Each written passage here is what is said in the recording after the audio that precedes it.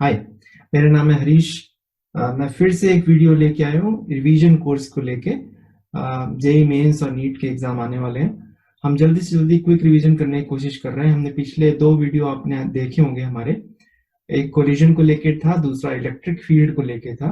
अगर नहीं देखे तो उसको फिर से देख सकते हैं, इसका लिंक ऊपर दिया हुआ है। इस वीडियो में हम लोग इलेक्ट्रिक फील्ड का ही एक टॉपिक है, इलेक्ट्रिक फ्लक्स और गॉस लॉ। बहुत इंपॉर्टेंट टॉपिक है, एग्जाम में बहुत पूछा जाता है। तो क्यों ना हम उसको भी रिवाइज करें, और 5 क्वेश्चन ही करेंगे फिर से, इंपॉर्टेंट क्वेश्चन, और उसको अच्छे से रिवाइज कर लेते हैं इसको इस वीडियो के थ्रू। आप लोग मेरा वीडियो रेगुलरली देखना चाहते हैं और चाहते हैं कि मैं रेगुलरली पोस्ट करूं, आप, और अगर आपको पसंद आया मेरे वीडियो तो इसको इसको प्लीज लाइक कीजिए और मेरे चैनल को प्लीज सब्सक्राइब कीजिए, ताकि मैं और भी वीडियो इस तरह के लाऊं, आपको जल्दी से जल्दी मिले वो वीडियो। चलिए चलते हैं इस वीडियो को देखते।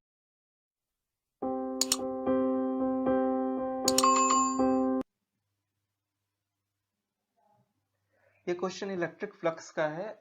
एक रेक्टेंगुलर शेप की सरफेस दी हुई है जिसके चारों एंड्स यानी चारों पॉइंट्स के कोऑर्डिनेट्स दिए हुए हैं और ये रेक्टेंगुलर शेप्ड है, एक्स वाई जेड प्लेन में मार्क है। इलेक्ट्रिक फील्ड सिर्फ एक्स डायरेक्शन में है जिसकी वैल्यू ई नॉट। अगर हम यहाँ पे मार्क करें तो इलेक्ट्रिक फील्ड इस तरह से है, ई नॉट। इलेक्ट्रिक फ्लक्स निकालने के लिए जो फॉर्मूला होता है उसमें हमको इलेक्ट्रिक फील्ड की वैल्यू और एरिया जो सरफेस है उसका एरिया और एंगल जो इलेक्ट्रिक फील्ड और सरफेस के नॉर्मल वेक्टर के बीच जो एंगल होता है उसकी जरूरत पड़ती है, क्योंकि हम इलेक्ट्रिक फ्लक्स को लिखते हैं ई नॉट यानी कि electric field into area of the surface जिससे कि इलेक्ट्रिक फील्ड पास कर रही है, और कॉस थीटा, यहाँ पे थीटा एंगल होता है इलेक्ट्रिक फील्ड और नॉर्मल वेक्टर के बीच में। अब सबसे पहले ये एरिया देखते हैं। अगर ये एरिया जो है रेक्टेंगल है, इसका एरिया फाइंड आउट करते हैं। तो लेंथ यानी कि ये वाली लेंथ, ये लेंथ है ए, और ये वाली लेंथ, इस लेंथ को हम लिख सकते हैं square root of A square plus A square यानी कि √2a। तो लेंथ इंटू विड्थ हो जाएगा एरिया। तो यहाँ पे लिख लेते हैं E naught into A into √2a, length into width. Theta angle कैसे पता करें? यहाँ पे थीटा एंगल हम देख सकते हैं, ये एंगल जो इलेक्ट्रिक फील्ड और सरफेस के बीच का एंगल है, ये पता कर लेते हैं तो हमको नॉर्मल वेक्टर और इलेक्ट्रिक फील्ड के बीच का एंगल पता चल जाएगा। तो ये एंगल हम अगर यहाँ पे इंक्लिनेशन देखें इस वाली साइड का, तो ये वाला हाइट भी a है और ये वाली लेंथ भी a है। इसका मतलब ये वाला एंगल अगर हम इसको अल्फा लिखें तो ये tan alpha is equal to a/a यानी कि 1। तो ये वाला अल्फा एंगल जो सरफेस और इलेक्ट्रिक फील्ड के बीच में 45 डिग्री हो गया। इसका मतलब नॉर्मल वेक्टर और इलेक्ट्रिक फील्ड के बीच में जो एंगल यानी कि थीटा है वो 90 डिग्री माइनस अल्फा यानी कि 90 डिग्री माइनस 45 डिग्री, इसका मतलब 45 डिग्री हो गया एंगल। तो अब यहाँ पे cos 45, बस अब इसको हम सॉल्व करें तो ई नॉट इंटू ए स्क्वायर, ये इसका आंसर हो गया, यानी कि थर्ड ऑप्शन सही है, सी ऑप्शन सही है।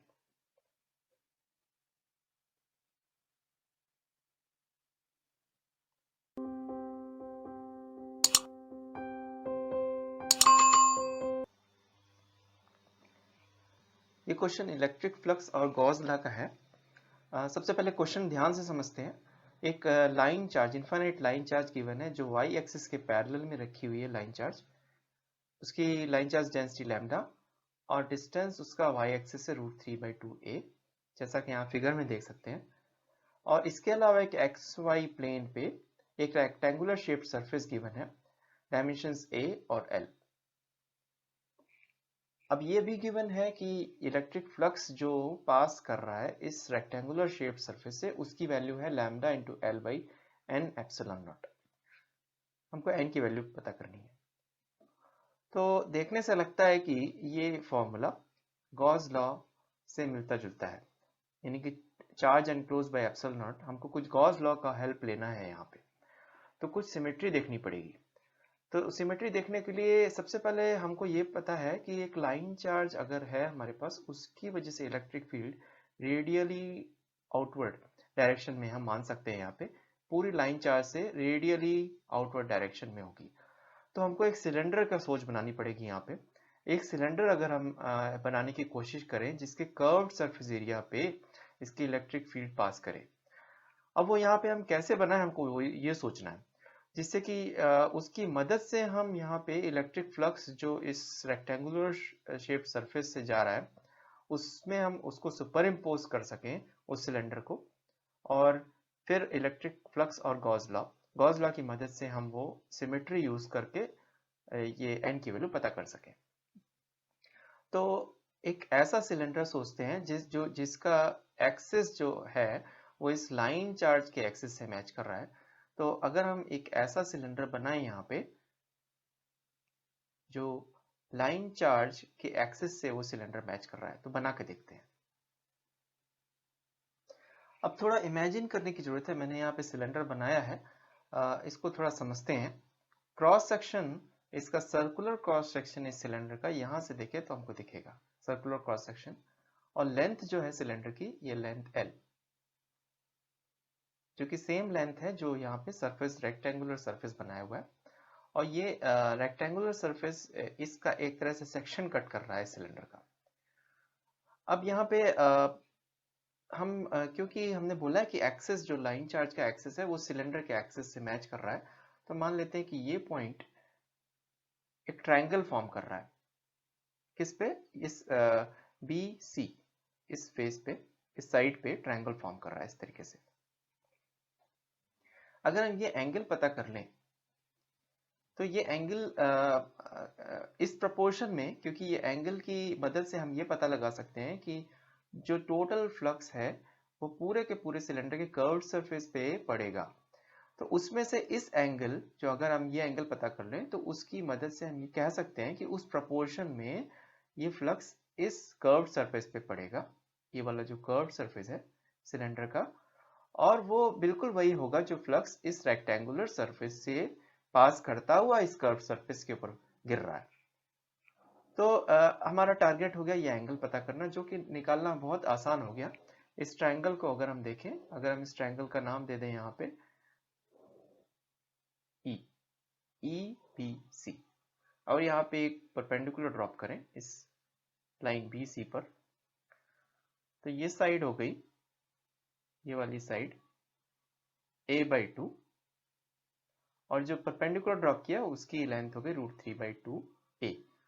तो ये वाला एंगल अगर हम थीटा मान लें, हाफ एंगल थीटा है, तो हम बोल सकते हैं tan theta is equal to perpendicular by base होता है, तो a/2 बाई √3a/2।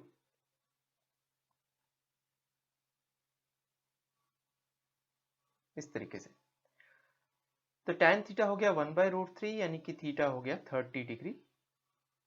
एक बार हमको थीटा पता चल गया, यानी थीटा तो इस ट्रायंगल का हाफ सबटेंडेड एंगल है, तो ये वाला टोटल एंगल जो है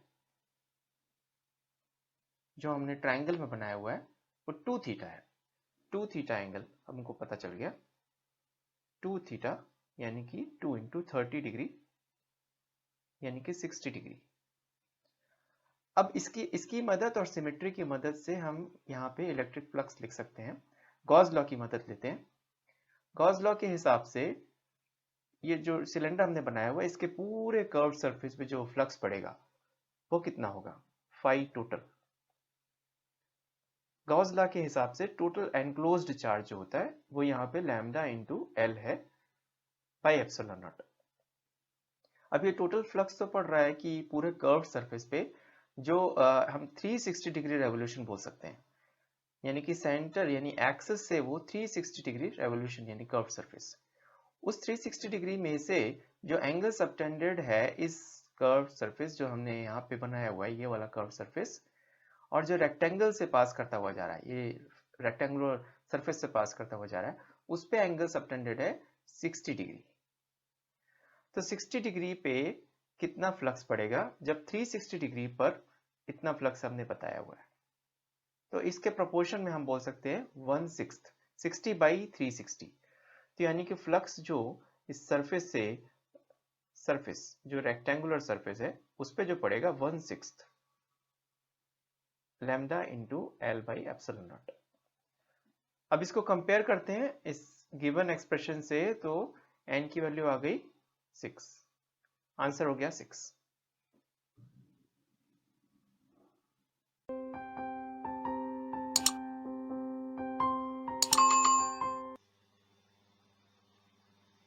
ये गॉस लॉ का क्वेश्चन है। एक क्यूबिकल सरफेस जो यहाँ पे दिखाया हुआ है उसका फ्रंट व्यू दिखाया हुआ है, उसके faces x is equal to +-a/2, y +-a/2 और z +-a/2। तो यानी कि हम इसके जो साइड वाला फेस है ये हम मार्क कर सकते हैं a/2 पे है और ये भी a/2 पर है। अब इसमें बहुत तरह के चार्जेस जो गिवन है, कुछ चार्ज बाहर है, कुछ चार्ज अंदर है इस क्यूबिकल सरफेस के, उसके आधार पर हमको टोटल इलेक्ट्रिक फ्लक्स जो इस क्यूबिकल सरफेस से पास करेगा उसकी वैल्यू पता करनी है। तो गॉस लॉ की हेल्प से ही हम बहुत आसानी से कर सकते हैं, लेकिन उसके लिए हमको सिर्फ ये पता होना चाहिए कि कितना चार्ज इस क्यूबिकल सरफेस के अंदर प्रेजेंट है, क्योंकि गॉस लॉ के हिसाब से सिर्फ अंदर वाला चार्ज ही काउंट होता है टोटल इलेक्ट्रिक फ्लक्स में।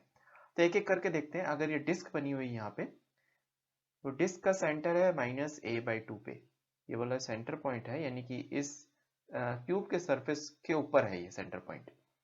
तो इसके आधार पे हम ये कह सकते हैं हाफ डिस्क अंदर होगी क्यूबिकल सरफेस के। तो डिस्क में तो चार्ज 6c है, तो इसका आधा चार्ज ही इस क्यूबिकल सरफेस के अंदर होगा, यानी कि 3 कूलम सिर्फ अंदर होगा। अगला चार्ज पार्टिकल ए रॉड यहाँ पे बनी हुई है, ए रॉड ऑफ लेंथ a, इस टोटल रॉड की लेंथ a है, इसका एक एंड a/4 पर है और एक एंड 5a/4 पर है, यानी कि ये वाला एंड तो a/4 पर है, यानी कि जो क्यूब का जो ओरिजिन पॉइंट है और जो फेस है उसके मिड पॉइंट पर है ये, क्योंकि a/2 डिस्टेंस है क्यूब के लिए। a/4 से लेके 5a/4 इस तरीके से है। तो इसका कितना पोर्शन अंदर है वो हम कैसे निकालें, क्योंकि ये डिस्टेंस a/2 पर है, तो ये वाली जो लेंथ जो अंदर है इस समय पे वो हो जाएगी a/2 माइनस a/4, यानी कि a/4 लेंथ ही सिर्फ अंदर है। टोटल लेंथ तो a है रॉड की, उसमें से सिर्फ a/4 लेंथ इस क्यूब के अंदर है, यानी 1/4 लेंथ। टोटल रॉड का जो टोटल चार्ज है वो गिवन है 8 कूलम। 8 कूलम का 1/4 चार्ज ही सिर्फ अंदर होगा, जो हम लिख सकते हैं 2 कूलम। 8 कूलम का 1/4 यानी 2 कूलम, तो यहाँ पे हम ये लिख देते हैं 2 कूलम। इसके अलावा दो पॉइंट चार्ज, एक -7 कूलम और एक 3 कूलम, कहाँ कहाँ पर प्लेस्ड है? -7 कूलम प्लेस्ड है a/4, -a/4 और 0, यानी कि ये वाला पॉइंट ये है -7 कूलम, जो पूरा का पूरा क्यूब के अंदर है। और दूसरा पॉइंट तो बाहर आ गया -3a/4 और 3a/4 और 0, यानी कि ये वाला चार्ज पूरा क्यूब के बाहर ही प्रेजेंट है, 3 कूलम। तो अब हम वो चार्ज मार्क करते हैं जो सिर्फ क्यूबिकल सरफेस के अंदर है, वो है 3 कूलम, 2 कूलम और -7 कूलम, यानी चार्ज एनक्लोज लिखते हैं। चार्ज एनक्लोज्ड जो क्यूबिकल सरफेस के अंदर है वो 3 कूलम प्लस 2 कूलम -7 कूलम, तो क्यू एनक्लोज्ड की वैल्यू हो गई -2 कूलम। इसका मतलब इलेक्ट्रिक फ्लक्स जो गॉस लॉ की मदद से हम लिख सकते हैं charge enclosed by epsilon not, यानी कि -2 कूलम बाय एप्सिलॉन नॉट। तो इसका आंसर हो गया ऑप्शन ए।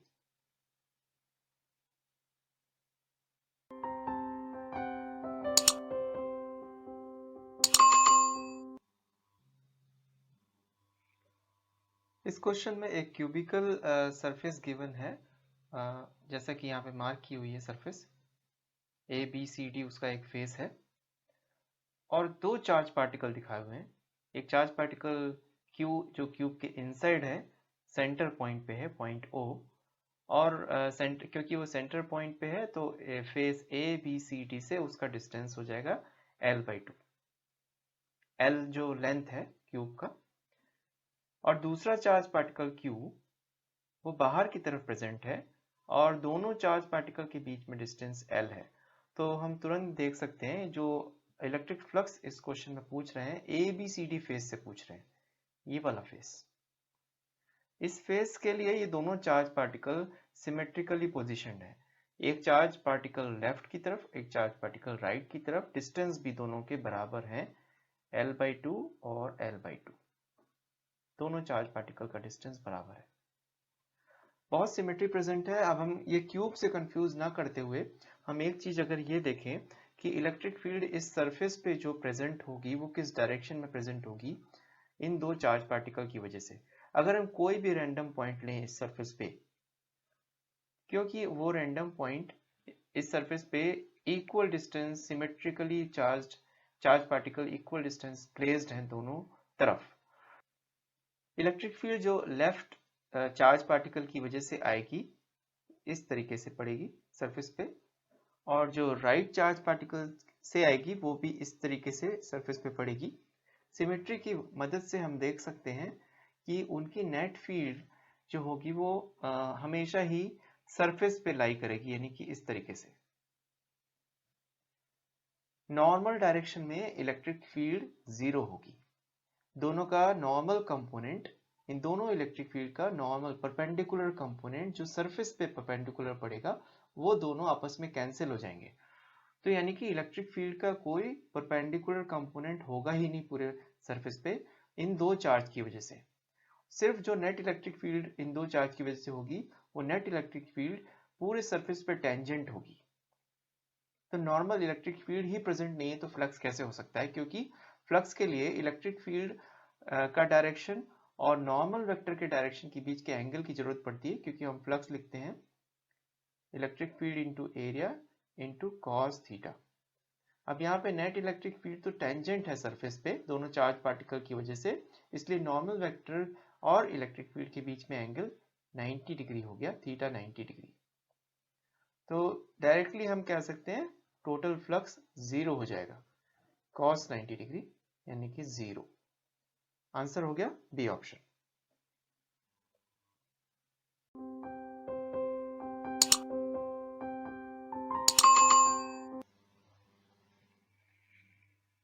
इस क्वेश्चन में एक हेमिस्फेरिकल सरफेस बनाई हुई है, उसका रेडियस r है और एक पॉइंट चार्ज जो कि जस्ट बाहर दिखाया हुआ है, point charge capital Q just बाहर एक पॉइंट पे दिखाया हुआ है। तो इमीडिएटली इस क्वेश्चन को देख के ये दिमाग में आता है ये क्लोज्ड सरफेस है यानी कि हेमिस्फेयर, और पॉइंट चार्ज बाहर है। तो गॉस लॉ की हेल्प से हम तुरंत कह सकते हैं, क्योंकि ये चार्ज एनक्लोज नहीं है, तो टोटल फ्लक्स इस पूरे हेमिस्फेयर पे यानी कि curved surface plus flat surface पे मिला के 0 होगा टोटल फ्लक्स। एक तो ये बात, तो इस बात के आधार पर हम एक बात और भी कह सकते हैं कि यानी कि जो भी फ्लक्स कर्व्ड सरफेस पे पड़ेगा उसका ही जस्ट अपोजिट यानी कि माइनस साइन के साथ वो फ्लक्स फ्लैट सरफेस पे पड़ेगा। तो इतना हमने पहले शुरू में क्वेश्चन पढ़ के जान लिया। अब देखते हैं इसमें कौन से ऑप्शंस सही हो सकते हैं। पहला ऑप्शन में हमको ये चेक करना है इलेक्ट्रिक फ्लक्स जो कर्व्ड सरफेस से पास कर रहा है, कर्व्ड सरफेस जो यहाँ पे है हेमिस्फेयर की, उसकी वैल्यू इतनी है। इसको कैसे पता करें? अभी हमने कहा था कि इसको पता करने के लिए हम फ्लैट सरफेस की मदद लेते हैं। फ्लैट सरफेस पे इलेक्ट्रिक फ्लक्स निकालना आसान है, तो क्यों ना हम फ्लैट सरफेस पे निकालते हैं और उसका माइनस कर देते हैं, क्योंकि उसके जो कर्व सरफेस पर है उसकी नेगेटिव वैल्यू होगी, तभी टोटल फ्लक्स 0 होगा। तो चलिए हम ये एक्सरसाइज करते हैं, इलेक्ट्रिक फ्लक्स निकालते हैं फ्लैट सरफेस जो कि सर्कुलर फेस है। उसको निकालने के लिए हम एक एक्स डिस्टेंस सेंटर पे नाप के और एक सर्किल बनाते हैं। इस तरीके से एक एक्स डिस्टेंस पे एक सर्किल अगर हम बनाए इस तरीके से, इसका रेडियस हो गया x और इसका थिकनेस हो गई dx, यानी कि ये वाली थिकनेस हो गई dx।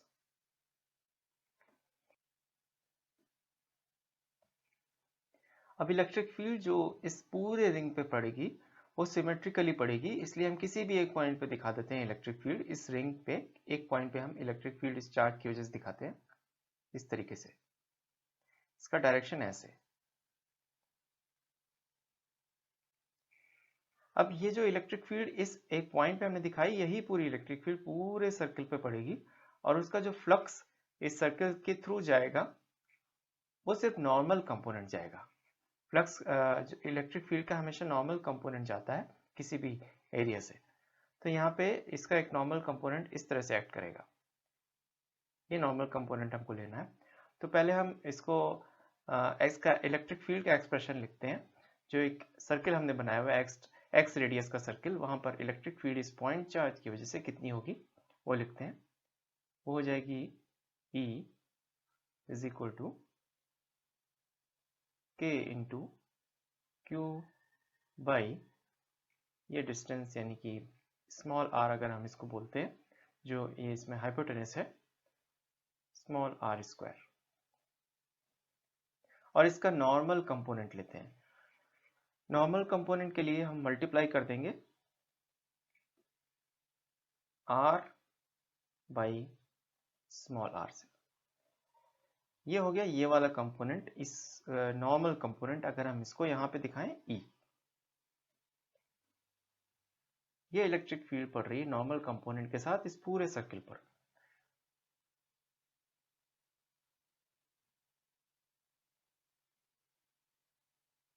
अब इसको हम एक्सप्रेशन को और एक्सपेंड करके लिखते हैं। K को लिख सकते हैं 1/4 पाई एप्सिलॉन नॉट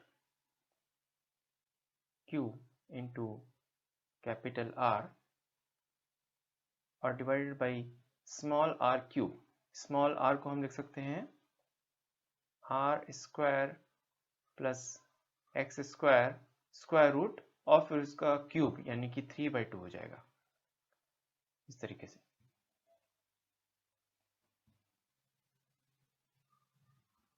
ये तो इलेक्ट्रिक फील्ड सिर्फ इस सर्किल पे हो गई। इसकी वजह से कितना फ्लक्स होगा वो कैसे लिखेंगे?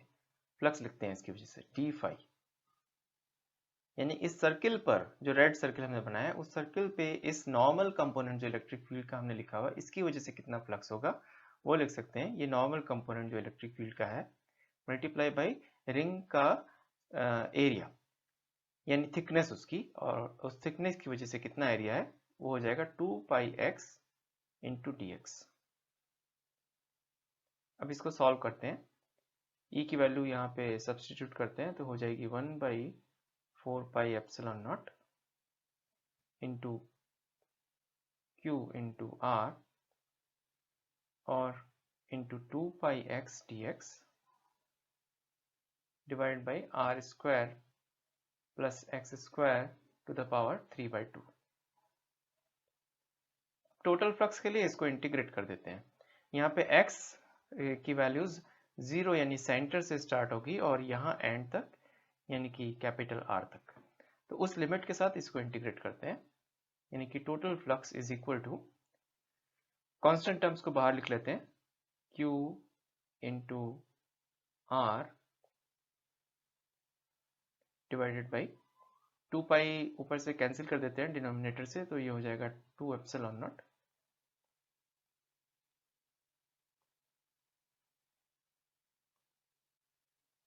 और इंटीग्रेशन के अंदर आ जाएगा x वाला term, x dx divide by r square plus X square की power 3/2, limits 0 to capital R। इसको इंटीग्रेट करते हैं।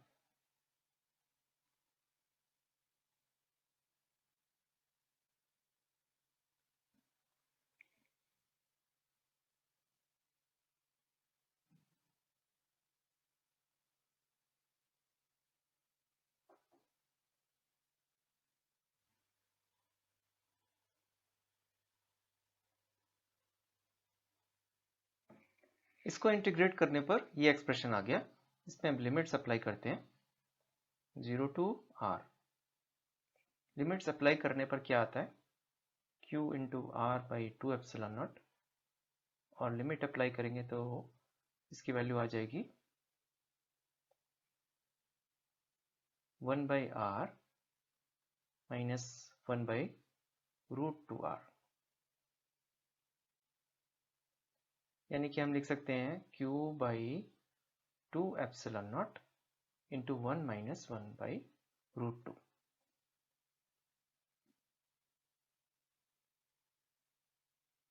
ये तो फ्लक्स हो गया फ्लैट सरफेस पे। अब हमने पहले बोला था कि हेमिस्फेरिकल यानी कर्व्ड सरफेस पे बिल्कुल इसका अपोजिट फ्लक्स हम लिख सकते हैं, यानी कि माइनस करते हुए इसका। तो कर्व्ड सरफेस पे माइनस इसका फ्लक्स, यानी कि फर्स्ट ऑप्शन बिल्कुल सही है, माइनस ऑफ ये वाला फ्लक्स जो अभी हमने कैलकुलेट किया, फर्स्ट ऑप्शन सही हो गया।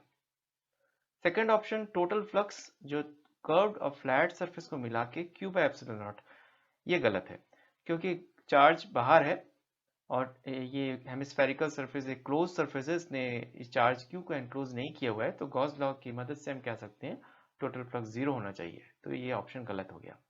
Component of the electric field normal to the flat surface is constant over the surface, ये नहीं है। अभी हमने एक एक्सप्रेशन लिखा था इलेक्ट्रिक फील्ड का, यहाँ पे नॉर्मल कंपोनेंट लिखा था फ्लैट सरफेस पे, ये कांस्टेंट नहीं है, हम इसमें देख सकते हैं एक्स की वैल्यू पे डिपेंड कर रहा है, तो ये ऑप्शन भी गलत हो गया। Last option circumference of the flat surface equipotential है, ये वाला सरकमफेरेंस जो सर्किल है फ्लैट सरफेस में, ये इक्विपोटेंशियल है। क्यों है? क्योंकि हर पॉइंट इस सरफेस पे सेम डिस्टेंस है कैपिटल क्यू से, इसलिए हर पॉइंट पे अगर कोई भी पॉइंट का हम डिस्टेंस बोले, ये डिस्टेंस अगर इसको हम डिस्टेंस को t बोले, तो पोटेंशियल किसी भी पॉइंट पे kq/t सेम है, क्योंकि हर पॉइंट उस सर्किल पे इक्वल डिस्टेंस पर है कैपिटल क्यू चार्ज से, इसलिए ये आंसर सही हो गया। तो इस क्वेश्चन के ऑप्शंस ए और डी सही है।